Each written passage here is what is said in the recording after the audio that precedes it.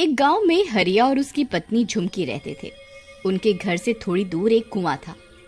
उस कुएं से गांव के सभी लोग पानी भरते थे, लेकिन रात को कोई भी उस कुएं से पानी लेने जाता तो उस कुएं से अजीब अजीब सी रोने की आवाज आती।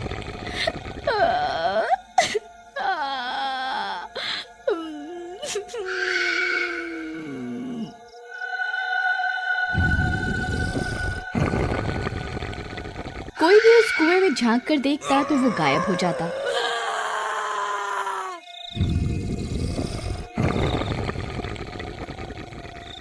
देखते ही देखते गांव के काफी लोग गायब हो गए। एक दिन गांव का किसान और उसका बेटा रात के समय अपने खेत से थके हारे लौट रहे थे। रास्ते में किसान को बहुत जोर की प्यास लगी।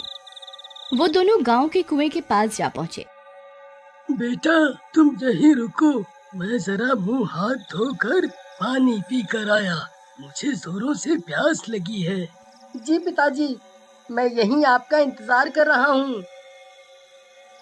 शायद इधर कोई फंस गया है। कौन है? कौन है?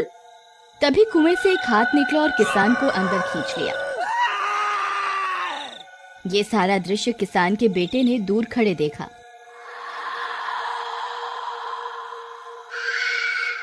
वो घबरा गया और तेजी से गांव की तरफ भागा। आई मम्मी, बचा लो। उसने घर जाकर सारी बात अपनी माँ को बताई। उसकी माँ परेशान होकर अपने पड़ोसियों के पास गई और सारी घटना बताई।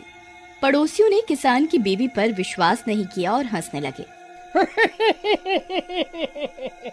अगले दिन किसान की बीवी गांव के सरपंच के पास गई और सारी बात बताई। गांव के सरपंच ने भी उस पर यकीन नहीं किया और बोला कि किसान कहीं आसपास के गांव में कुछ काम से चला गया होगा।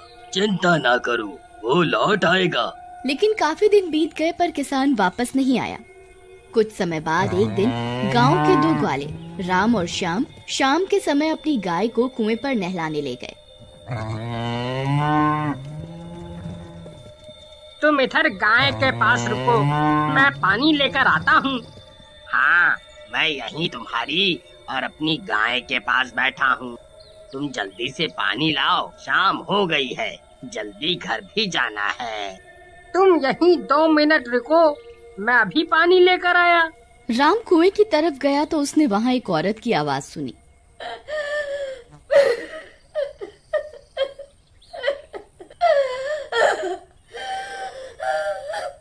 उसने चारों तरफ देखा पर उधर कोई नहीं था।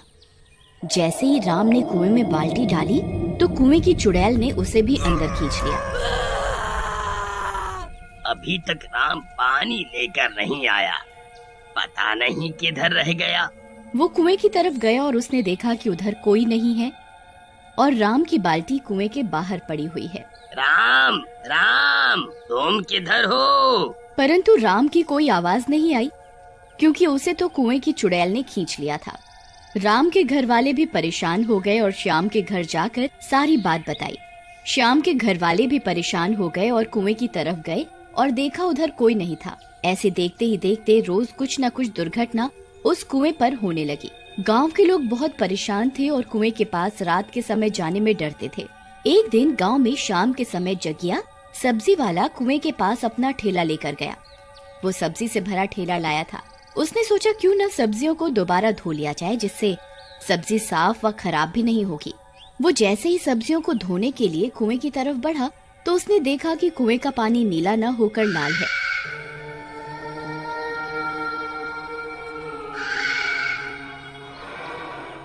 उसे ये मन का वहम लगा और उसने बाल्टी कुएं में डाली और पानी खींचने लगा। जैसे ही बाल्टी ऊपर तक आई उसने देखा कुएं से पानी की जगह खून है। वो बहुत ज्यादा घबरा गया और अपना ठेला लेकर अपने घर की ओर भागा। उसने घर जाकर ये बात अपने माता पिता को बताई। क्या हुआ जगिया, इतने परेशान क्यों हो? माँ, वो कुआं। क्या हुआ बेटा, मुझे सच बता, तू ठीक है ना? माँ, वो कुआं खुद कुआं है। मैं आज उस कुएं से पानी भरने गया था। मैंने सोचा कि सब्जियों पर पानी का छिड़काव कर दूं। मैंने जैसे ही पानी भरा तो देखा कुएं में पानी की जगह खून है। इस कुएं का पता लगाना जरूरी है। अगर ऐसा ही रहा तो एक दिन गांव के सब लोग कुएं में ही चले जाएंगे और ये गांव एक खुफिया गांव साबित होगा। फिर एक दिन हरिया के घर झुमकी की माँ आई। सभी रात का भोजन करके सो गए। आधी रात को झुमकी की माँ की आंख खुली तो उसे प्यास लगी। उसने देखा कि मटके में पीने का पानी खत्म हो गया है। वो पानी लेने कुएं की तरफ गई। कुएं के पास पहुंचकर उसने देखा कि कुएं से किसी के रोने की आवाज आ रही है।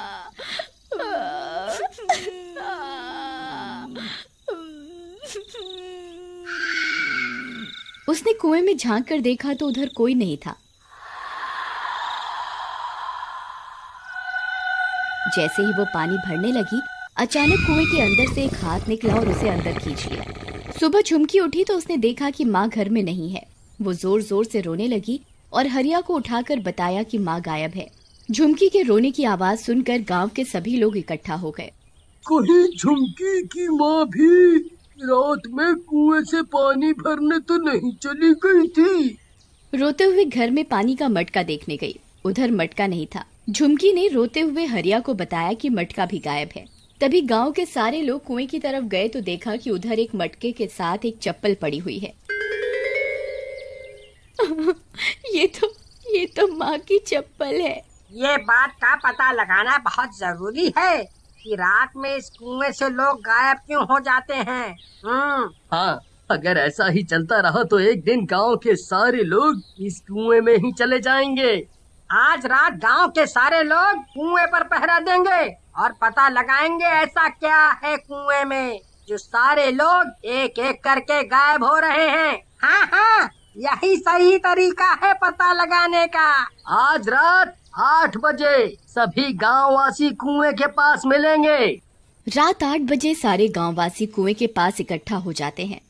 सब आपस में बातचीत कर कुएं के आसपास के सभी कोने में छुप जाते हैं। देखते ही देखते एक राहगीर कुएं के पास से गुजर रहा था। वो प्यासा था। उसने सोचा क्यों न कुएं से पानी पीकर प्यास बुझा ली जाए। जैसे ही वो कुएं से पानी भरने लगा तभी कुएं से एक हाथ निकला और उसे अंदर खींचने लगा। मम्मी, अब कोई नहीं बचेगा भाई। अरे मर गए रे। भाई मैं अभी मरना नहीं चाहता। मुझे इस चुड़ैल से बचा लो। मुझे इस चुड़ैल से बचा लो भाई, मुझे बचा लो। मैं मरना नहीं चाहता हूँ।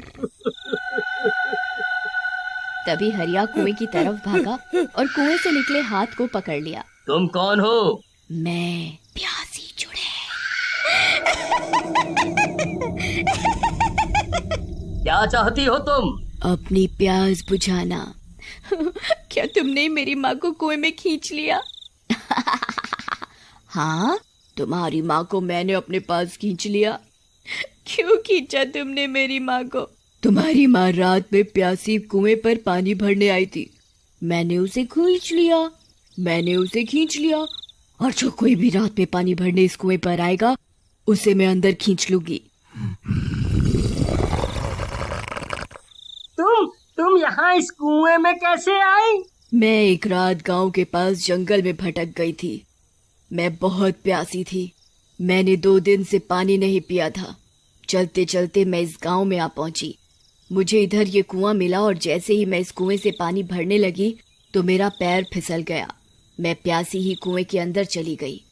तभी से मैं प्यासी हूँ और मेरी आत्मा इस कुएं में रहती है। जो भी रात को प्यासा इस कुएं पर पानी लेने आता है मैं उसे अंदर अपने पास खींच लेती हूँ। अब तुम्हें मुक्ति कैसे मिलेगी? मेरी प्यास बुझाकर। कैसे बुझेगी तुम्हारी प्यास? जब तक हर एक गांववासी अपने घर से 1 बाल्टी पानी लाकर इस कुएं में नहीं डाल देगा तब तक मेरी प्यास नहीं बुझेगी। ये बात सुनकर हर एक गांववासी अपने घर से 1 बाल्टी पानी लाकर कुएं में डाल देता है। देखते ही देखते चुड़ैल की प्यास बुझ जाती है और उसे मुक्ति मिल जाती है।